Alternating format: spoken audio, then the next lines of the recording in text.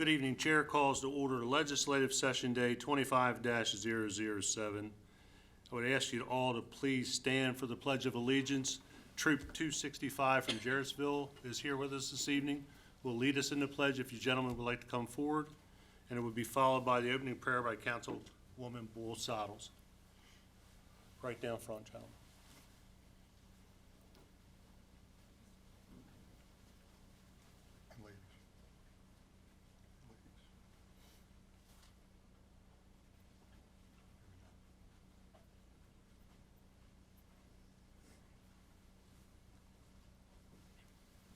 Whenever you're ready. Go ahead. Troop at attention. Please join me in the pledge of the flag. I pledge allegiance To the flag of the United States of America and to the republic for which it stands, one nation, under God, indivisible, with liberty and justice for all.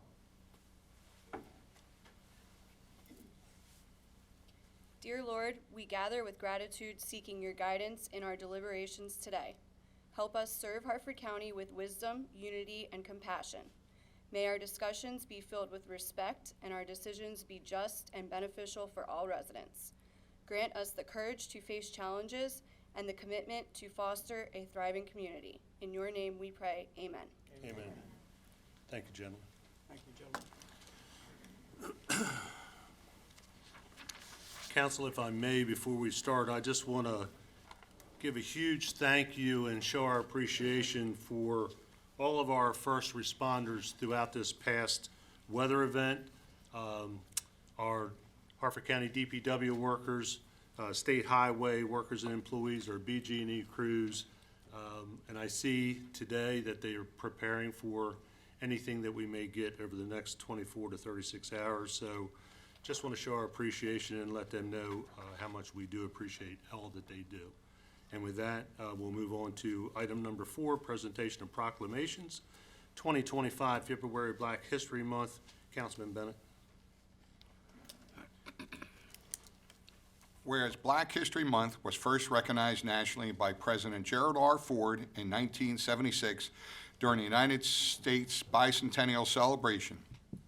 Prior to this official national celebration, Carter G. Woodson designated the second week of February as Negro History Week in 1926, and whereas each year a theme is established for Black History Month, the theme for 2025 is African Americans in labor, focusing on the various and profound ways that all types of work, free and unfreed, skilled and unskilled, vocational and voluntary, are at the center of Black history and culture. And whereas the National Pan-Hellenic Council, NPHC, was founded in 1930, each of the 9 NPHC organizations evolved during a period when African Americans were being denied essential rights and privileges as a way to align themselves with other individuals preparing to enter the skilled workforce while facing racial isolation and social barriers on college campuses.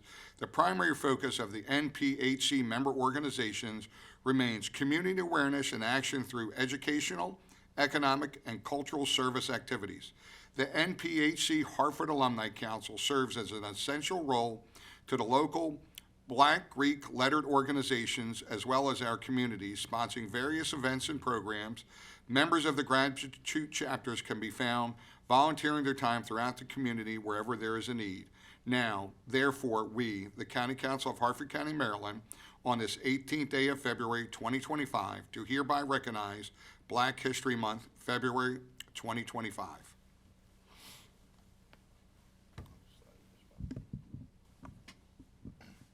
Hello. She's probably going to ask us to scoot that way a little bit. Okay. There you go. I've learned from enough of these. But thank you all for being here tonight, and thank you for letting us recognize you this year. You know, we've tried to touch upon different themes each year, from the Caucus of African American Leaders to the Colored School in Havre Grace, and now to you all. If I can just share personally, my first experience locally with the Divine Nine and the work that you all do was in my time working and serving at Magnolia Middle School, and seeing just the tremendous active presence that you all had there in supporting those kids, just being a presence in the building, bringing in supplies. It was such a gift. And then the other personal story I just wanted to share is last year at Old Post Road Elementary School, our Black History Month theme was learning about all the HBCUs. And trying to explain the history of that to 5- and 6-year-olds, one of the things I had said to them was that, brown and brilliant people stood up and said, we're deserving of a quality education just like anyone else. And a little girl in my class raised her hand and said, Mr. Bennett, I'm brown and I'm brilliant. And I just think, one of the greatest gifts that you all as an association and as members of the Divine Nine do for our community is you give a glimpse for children of who they could be, a pair of shoes to try on and see how it fits. And it's just such a light, it's such a beacon for people to see what community can be like, what excellence can look like. And I'm just so thankful for all that you do, both actively and then incidentally through your efforts in the community. So thank you so much. Thank you. And I was wondering maybe you could just share a little bit about when I say Divine Nine, what that means and some of the work that you've done recently. Sure. Good evening, everyone. We can do better than that. Good evening, everyone. Much better. So on behalf of our full National Panhellenic Council, Harford Alumni Council, I just want to say thank you to Councilman Bennett, to Council President Vincenti, and to the full Harford County Council for this proclamation and for this recognition. All of our organizations, all 9 organizations, which are historically Black Greek letter organizations, work to empower communities across the globe, including right here with our local 8 chapters in Harford County. So we have local chapters of Alpha Phi Alpha Fraternity Incorporated, Alpha Kappa Alpha Sorority Incorporated, Kappa Alpha Psi Fraternity Incorporated, Omega Psi Phi Fraternity Incorporated, Delta Sigma Theta Sorority Incorporated, Phi Beta Sigma Fraternity Incorporated, Zeta Phi Beta Sorority Incorporated, and Sigma Gamma Rho Sorority Incorporated. And so you may see all of us rocking our different colors, right? But we are all united in service to our community. Most recently, some of the activities that we've done, in addition to all of the individual activities that each one of our chapters do with regards to educational development, economic empowerment, civic engagement and participation, environmental justice, socioeconomic justice. So in addition to the work that we do individually, collectively, each year we do our best to serve the needs of Harford County. So whether it's welcoming students back for the first day of school, with welcome back parades at a number of different schools across the county, or whether it's attending an attendance parade like we did at Edgewood Elementary a few weeks ago to celebrate those children who've missed no more than one day, offering scholarships to deserving students, both high school and community college students throughout the county, or addressing the needs of the food insecure, and working with the sharing table and making sure that we are taking care of our most vulnerable populations. Our goal is just to make sure that we meet the needs of the county, especially in communities of color, and we look forward to continuing to work with each and every one of you to make sure that we continue to serve Harford County. Thank you so much for this proclamation. We really appreciate it.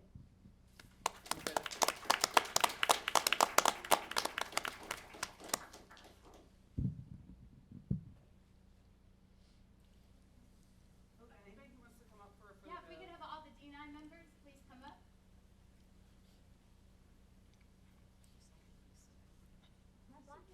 Not at all, you're fine. She'll straighten you out if you are. Tell us where to go. Yep. Typically, they tell me I have to stand on my tiptoes because when I'm down here, I'm good to go. Okay, and then can you kindly ever spread the scooch in just a little bit, please?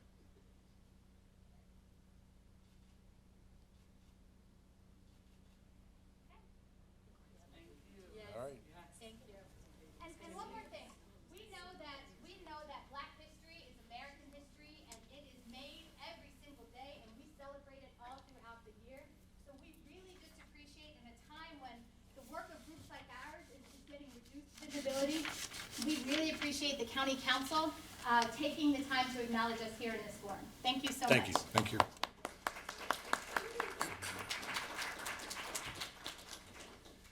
Agenda item number 5, consideration of petitions, applications, appointments, and nominations. Council appointments, Board of Education Liaison. May I have a motion?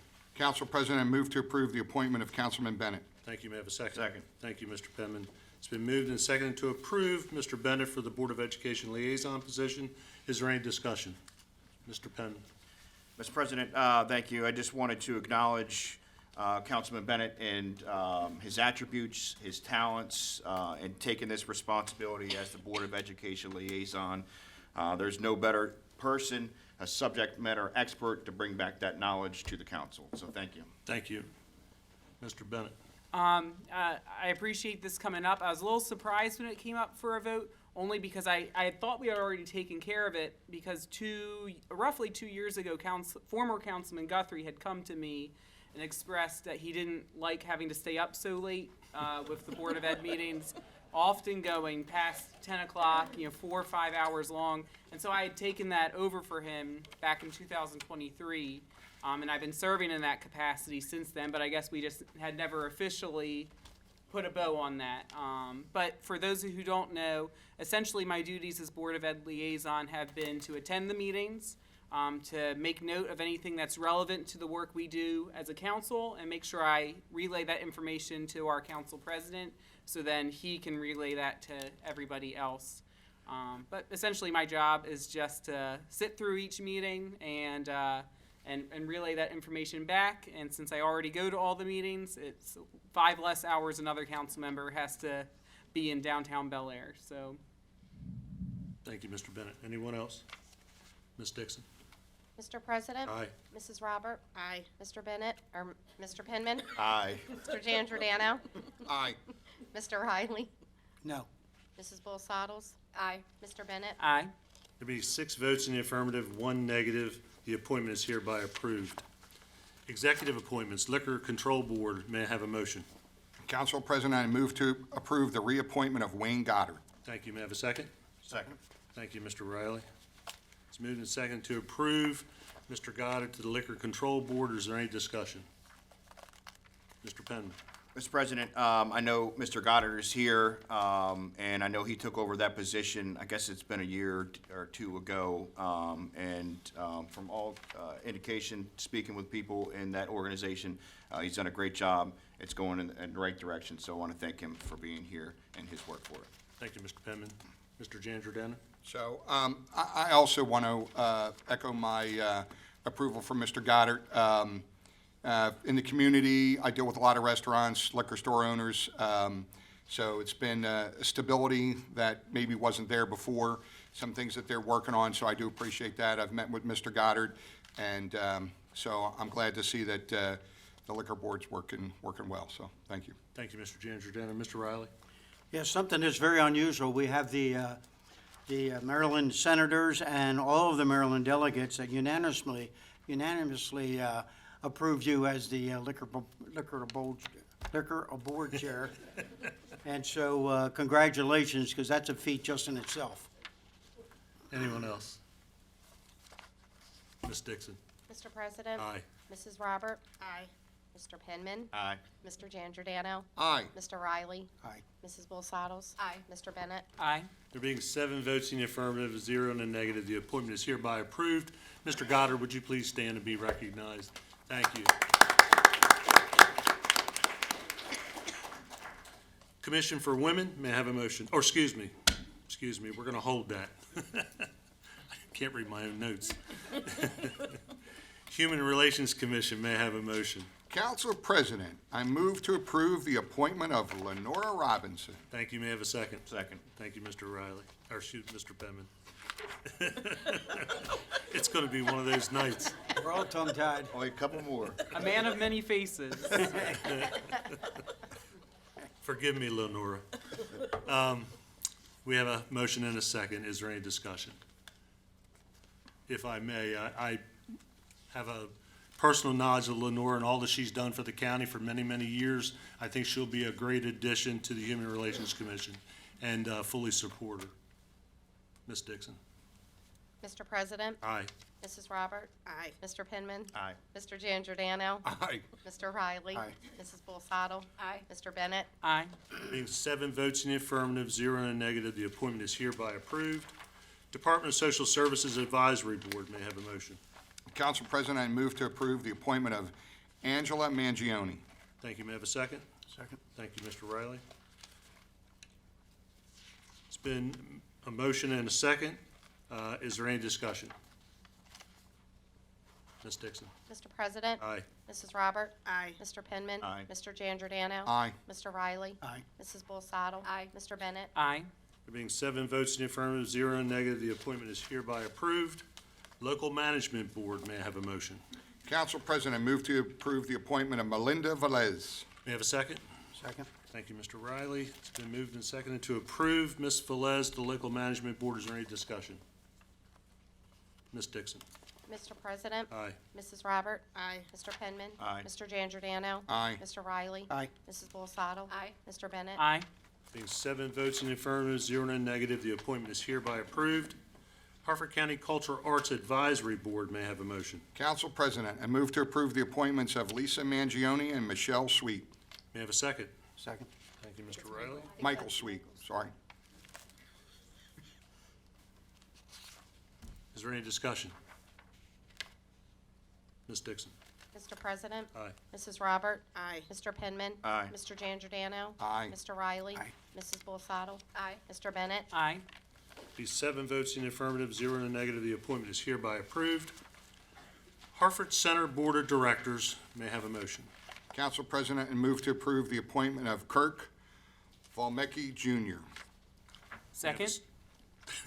Thank you, Mr. Bennett.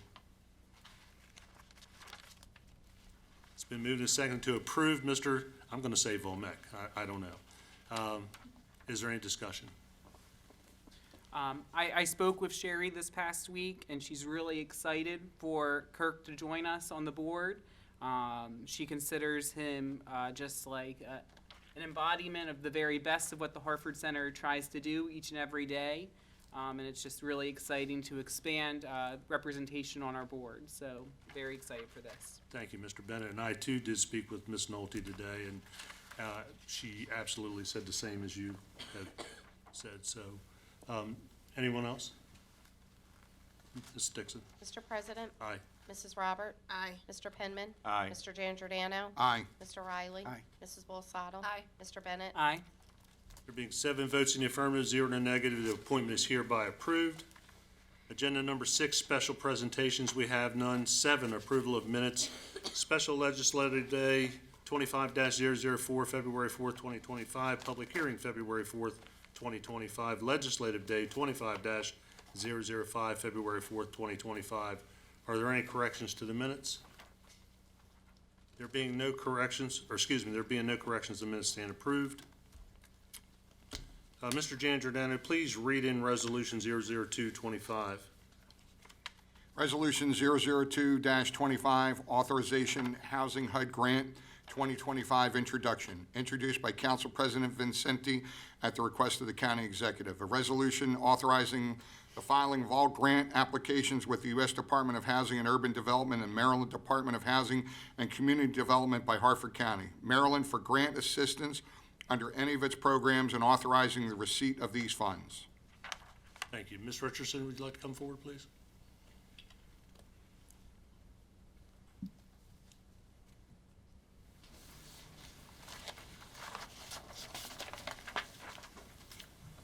Good evening, ma'am.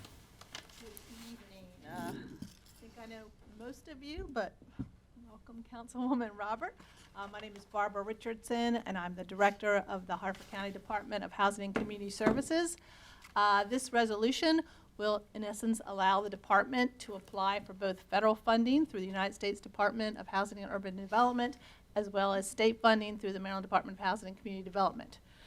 Just to give you a refresher course of what we do, in our division, we have a mission to ensure that all residents have safe, decent, and affordable housing. The agency administers more than $12 million in rental assistance and another $3 million in community development funding. The majority of the rental assistance is in the form of housing choice vouchers. These programs serve extremely low income, disabled, elderly, some other special populations, and most of which who pay no more than 30% of their income in rental assistance. The community development funding that we receive benefit underserved communities that serve low to moderate income households and are designed to address the needs such as infrastructure, economic development projects, public facilities, installation community centers, housing rehabilitation, public services, and alike. So some examples of the current year funding would be we fund Habitat's Critical Ramp and Repair Program. We provide public service funding for our 2 homeless shelters, Anna's House and the Welcome One Emergency Shelter. We did some improvements to the Harford Family House. We paved their parking lot. We did some improvements to the Harford Center, helped with their water treatment systems. We funded a new community-based development organization, the 755 Alliance. We did some home buyer development projects with Habitat. We have a down payment assistance program. We provide up to $20,000 in down payment for first-time home buyers who purchase a house in the Southern County Task Force area. And we provide some tenant-based rental assistance. And just real quick, if you ever want to know what's going on with our funding, if you go to our website, we always have our annual action plan, which is the current spending plan for the year. And then we will have what's called the CAPER, which stands for Consolidated Annual Report, which will show and tell what we did with the prior year's money. So I respectfully request that you pass this authorization because, again, a lot of citizens just depend on this money, and it just allows us to apply for both entitlement funds as well as competitive grant funds. And this is something that we do year after year, correct? Correct. Council, any questions? Mr. Giangiordano? Good evening, Mrs. Richardson. Thank you for coming before us. Question, how many people did we help with down payment assistance, and what's the maximum amount that we give? The maximum amount is $20,000, and I think for last year, current year, I think we've helped 7, and I think we might have done 12 last year. But I could email you those exact figures. And we have a housing counselor in our office, and he kind of does you can get up to 20,000, so he does whatever loan officers do, and sometimes folks may only get 5, 10, or 15, but up to 20. But I think the majority of them did receive 20. And do they, It's a silent second, so they don't have to make any payments on it, but if they ever go to sell or refinance the home, then they have to pay back the county at 0% interest. okay. And that money comes from the HUD? That comes from the HUD, United States Department of Housing and Urban Development. It's called Home Investments Partnership Program, stands for HOME. We get about $500,000 from them each year, and the money can only be used for affordable housing projects. So we choose to use it for down payment assistance. We use a little bit for tenant-based rental assistance. So some of our homeless shelters have programs where they'll move folks from emergency shelter to their own apartment, and they use that's called TBRA, tenant-based rental assistance. And occasionally, we use some of the money to invest in affordable housing projects. Okay, so why did we spend money on paving a parking lot? That's Community Development Block Grant. That's a different grant that comes from HUD as well, but that's an eligible expense. And projects that are in low to moderate income areas, we put out an action plan every year. It's open for a public hearing. I believe the current one, I'm not sure it's gone to public hearing, but you have the option, citizens have the option to say, yes, no, we like this, we don't like this, and so that's sometimes a project that needs to be done, and it's an eligible activity, and so. I'm just curious why we spend it on parking and maybe not on helping them out in housing or some other way, but I guess there's. They apply for has it. The nonprofits will submit an application to us for what they think they need the money for. So, for example, for the Harford Family House parking lot, that's what they asked for. Okay, thank you very much. Mr. Penman? Thank you for the presentation. It's good to learn it again. You said $500,000 generally from the federal government comes into the county. From home, and about $1.2 million in CDBG. So between the two, about $2 million. Do we normally spend that entire thing, and if it doesn't, does it roll over to the next year? It rolls over, and we've never given any back. So it's you have different amounts of years for CDBG. You have up to 5 years to spend the money. We like to spend it as quickly as possible because we have some timeliness guidelines that we have to make. But yeah, will roll over, and again, we spend every penny that we get. Thank you. Thank you, Mr. Penman. Mr. Bennett? Hello. Off topic, but while we have you here, could you share just an update on where we are in the timeline with the Community Reinvestment and Repair Fund? I know the public hearings are all done. That was a big success, but We held 6 public hearings. Those have all finalized. We are going to release the notice of funding availability, I believe, February 24th, towards the end of the month. The potential applicants will have about a month to complete the application, and we hope to have the awards announced in early May for projects that will begin July 1. And unlike a lot of our competitive grant applications that we put out on the street, we are really targeting any kind of organization. We're not going to mandate that they're a 501c3. They can be smaller groups, because we think, you know, $5, $10, $15,000 with a grassroots organization is going to do a lot of good. But it will be open, and there'll be a maximum amount you can ask for.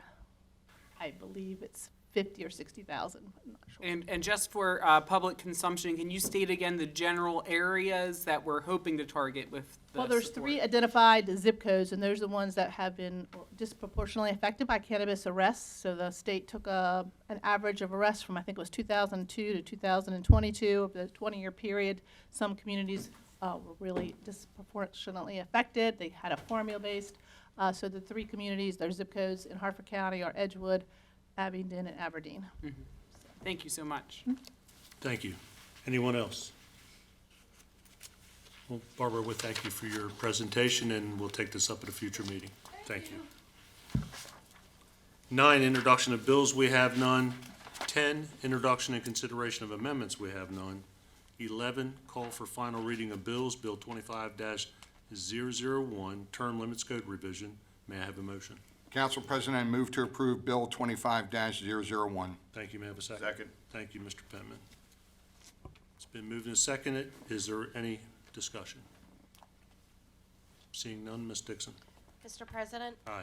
Mrs. Robert. Aye. Mr. Penman. Aye. Mr. Giangiordano. Aye. Mr. Riley. Aye. Mrs. Bulsato. Aye. Mr. Bennett. Aye. Being 7 votes in the affirmative, 0 in the negative, Bill 25-001 is hereby approved. Enrollment of bills, Bill 25-001, term limits code revision, serves as the text finally passed. 13, unfinished business, we have none. 14, new business, we have none. 17, comments and input from attending citizens. Do we have anyone signed up? We do, Mr. President. We have 2 this evening. Jeff Beck, followed by Steve McCurdy. I don't see Mr. Beck. Steve McCurdy.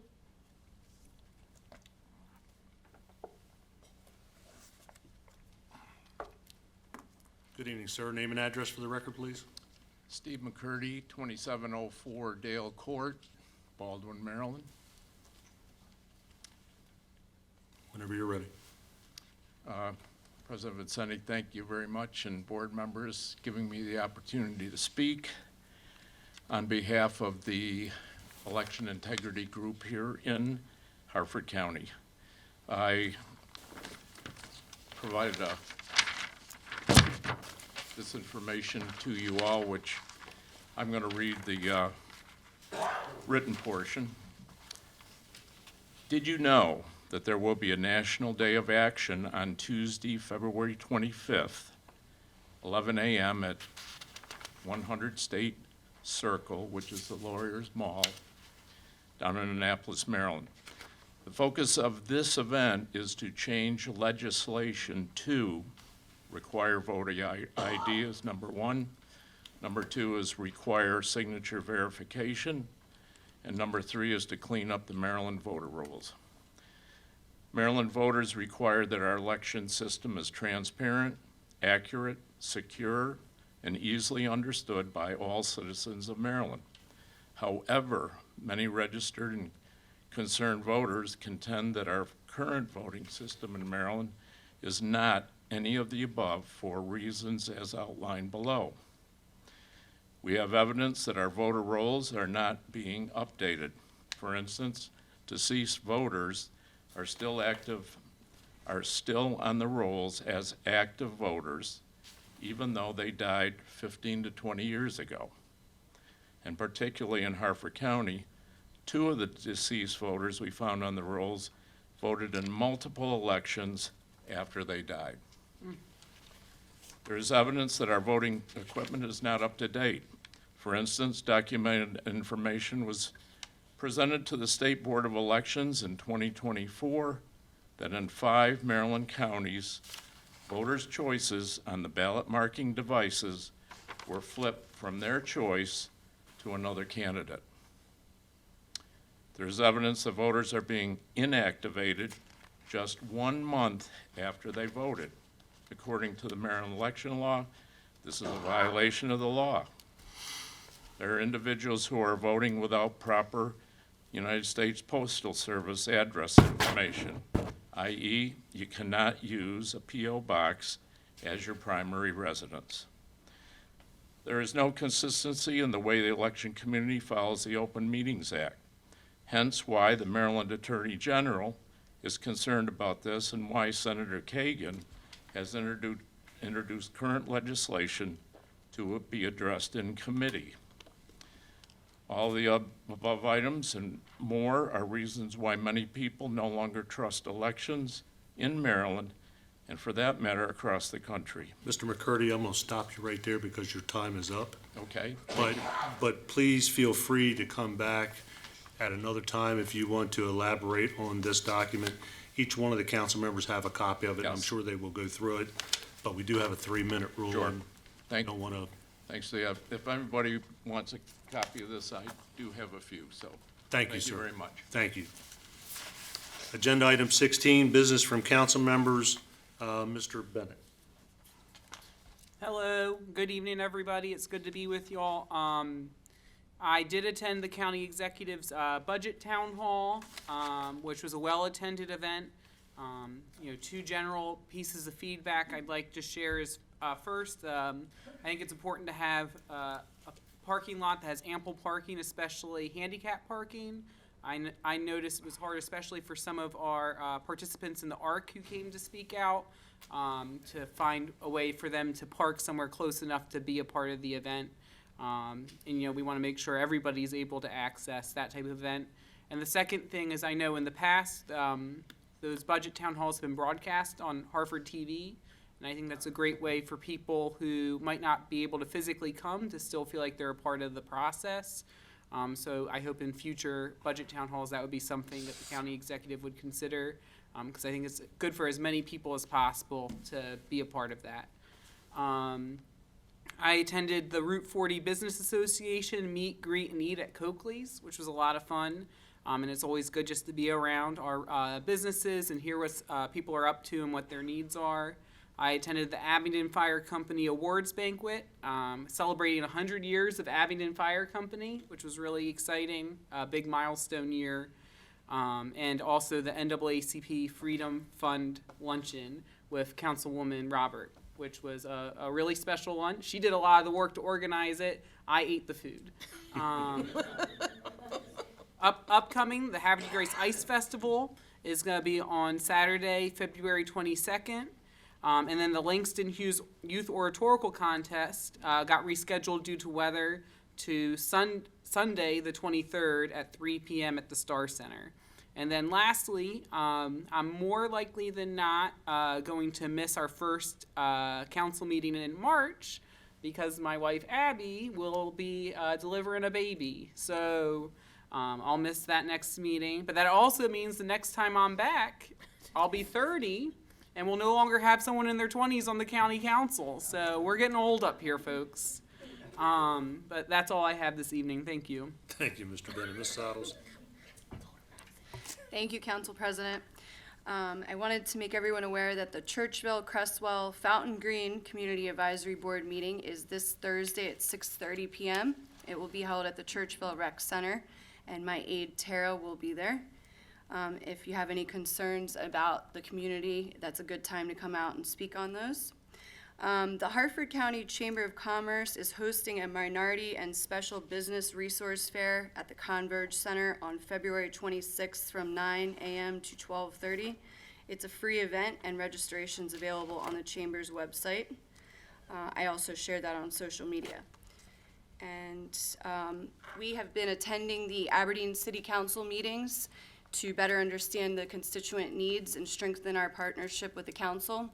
If there's any concerns in Aberdeen, please feel free to reach out to me.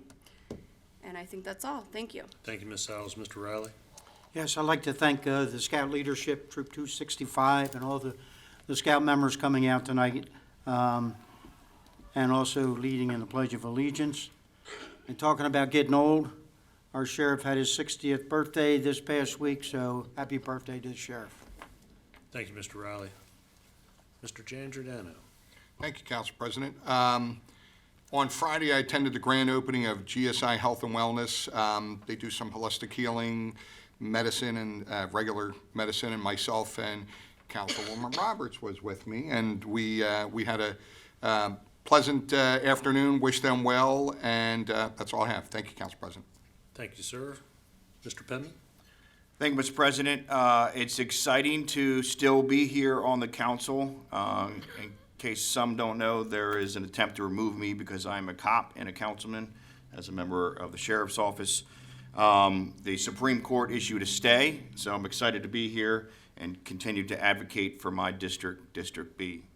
As the MACO rep, the Maryland Association of Counties, I just want to go over a few legislative initiatives or proposed bills that are taking place in Annapolis. Many of them are not good. There's a lot of energy bills. We have an energy crisis in the state of Maryland. They are taking off a lot of fossil fuel plants, trying to add renewable energy, but it's just not keeping up, and that's why we need to outsource. I think it's up to 40% just from Pennsylvania. But there is some more attempts. House Bill 1036, Renewable Energy Certainty Act. This is a bad bill. This takes away each county's ability to plan and zone for solar and renewable energy and allows them to pretty much essentially go wherever they want within the county. House Bill 1111, Floating Solar Energy Systems in the Bay and Contributaries of the Bay. That is probably environmentally not a good idea. So that bill is going to be pushed forward. Just to let you know, MACO is opposing both of those bills, House Bill 1111 and House Bill 1036. House Bill 1164, County Municipalities and Homelessness. Look, again, I said it before, I'm all for helping those that need help and resources. Anything we can do to help those that are in crisis and without homes. But prohibiting counties from enacting laws to prevent individuals from resting and sleeping in public spaces is not the answer. MACO was opposing that bill as well. Just on the no fees and taxes anymore, we are getting feed and taxed out the wazoo in Harford County in the state. And Annapolis has created another proposed legislation, House Bill 1469, is the soda tax. They want to add 2 cents per ounce of fluid sodas or sugary products if you were going to buy them. So look forward to kind of seeing that bill die in Annapolis as well. House Bill 1084, the medication-assisted treatment funding. This is a bill that was passed many years ago for treatment at the detention facilities across the state. This county funded now. I think we spend $1 million in this county for this, and this cost will be taken over by the state with the opioid restitution fund. So that will hopefully create extra dollars here in our county. So I look forward to learning more. We have another legislative initiative down in MACO tomorrow and bringing back more information at the next meeting. Thank you. That's all I have, Mr. President. Thank you, Mr. Penman. Ms. Robert? Yes, I was with Councilman Bennett at the County Executive Budget Town Hall. I concur with him with the location. Parking was horrible. I was texting him, I'm like, I'm trying to find parking, so it really needs to either be at a better location that everybody could participate and sit down. It was a long meeting, and I agree, if not, then have it somehow televised, so that everyone can see it. I then attended Breakfast in Red.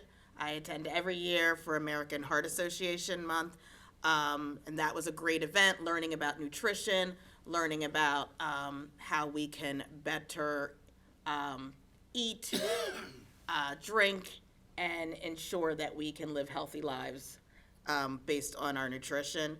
And they had a lot of nutrition programs, which I think can be very easily implemented to help get people the foods and nutrition they need for that.